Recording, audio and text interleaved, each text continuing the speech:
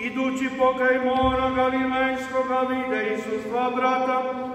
Simona zvanog Petra i Andreja brata njegova, gde bacaju mrežu u more, behu ribari, i reče im, hajdete za mnom i učinit ću vas lovcima ljudi.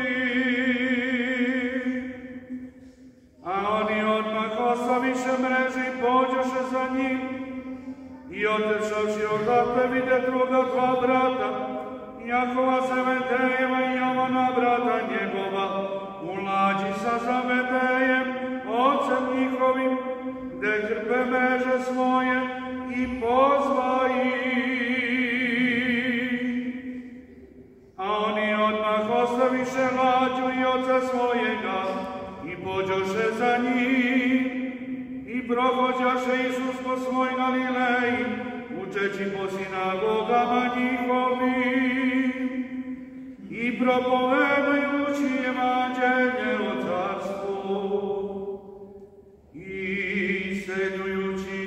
svaku bolest i svaku nemoć.